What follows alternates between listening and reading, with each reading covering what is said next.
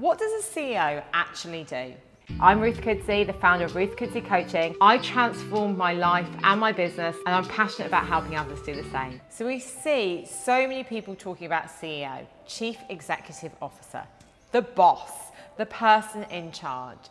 And I know from my own personal story, I'm going to be talking about how I went from having a personal brand business where I did everything to being the CEO now of Optimus Coach Academy. So when it's a personal brand business, you do everything. I was a coach, I did the coaching, I did the calls, I did the group program, I did the membership, I did the mastermind, I did the events. It was all on me. And yes, I had support. I had an assistant who did a lot of the admin for me. So I had people who were doing various different things for me, who were specialists at what they did, and a general assistant.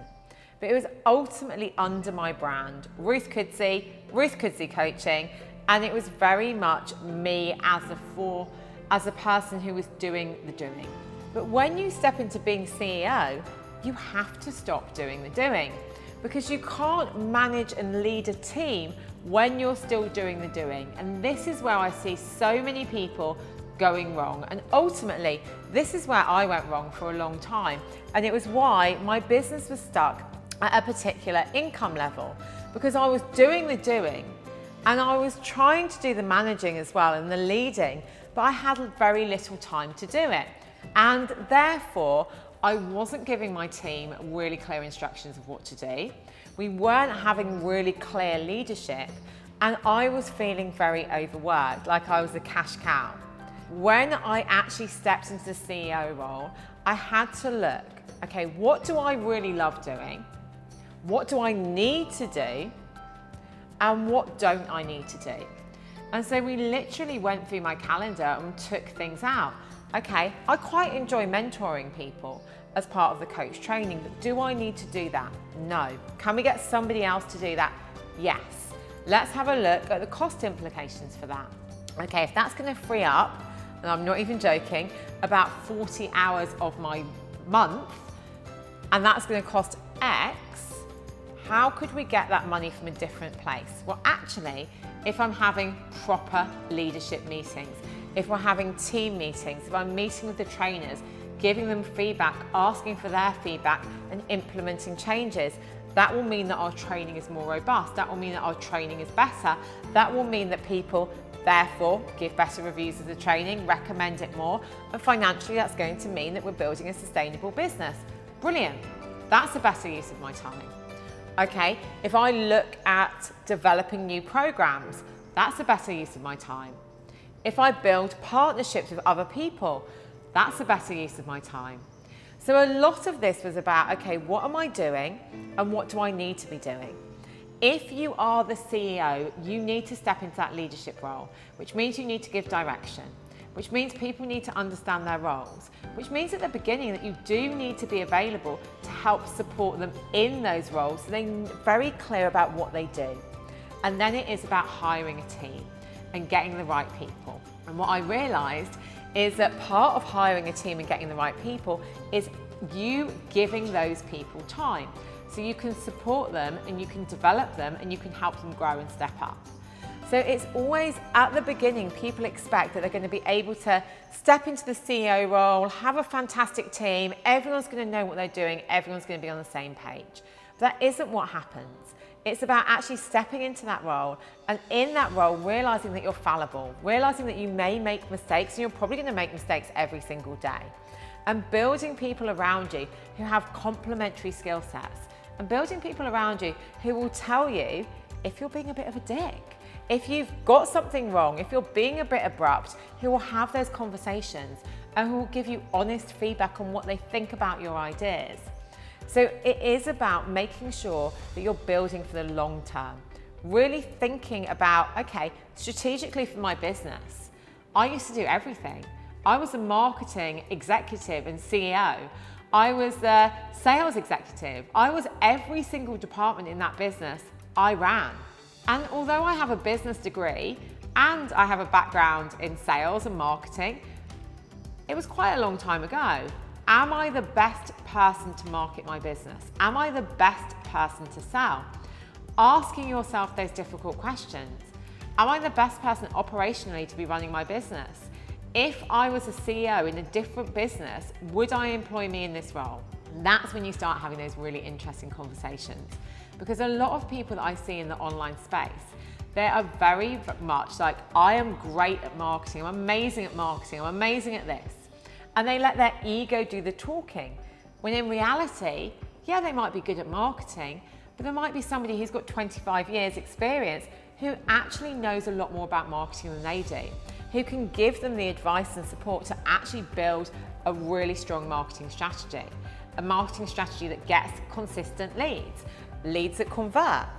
And then if somebody who's a specialist is doing that, it allows the CEO to do the leadership piece, to do the visionary piece, to do the strategy piece.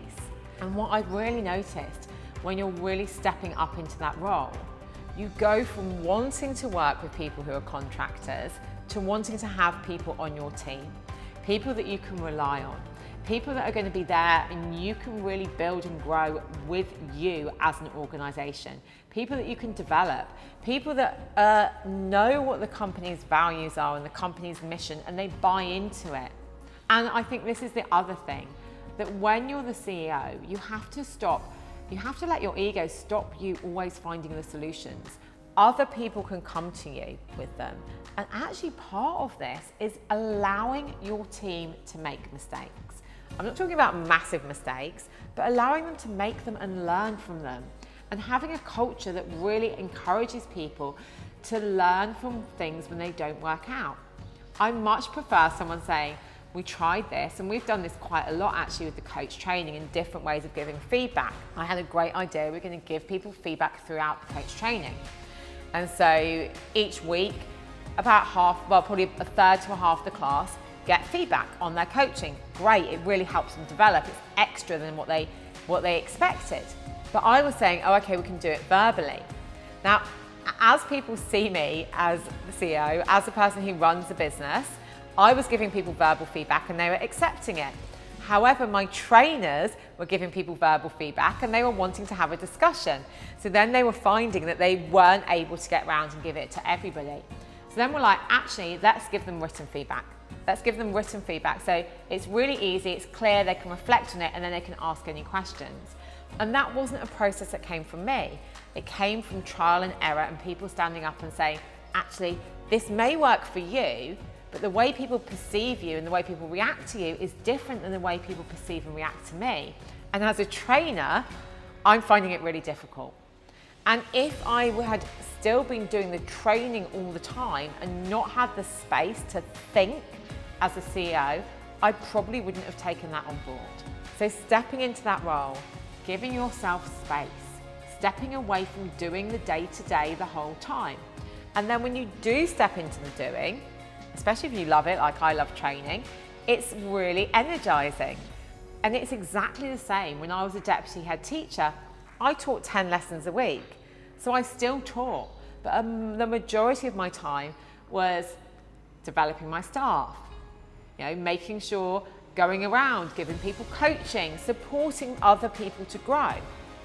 And it's exactly the same in my role now. You can't be a CEO if you're stuck in the doing. If you're delivering 5 days a week, you're not going to have the capacity to properly lead a team and your business is going to hit a plateau.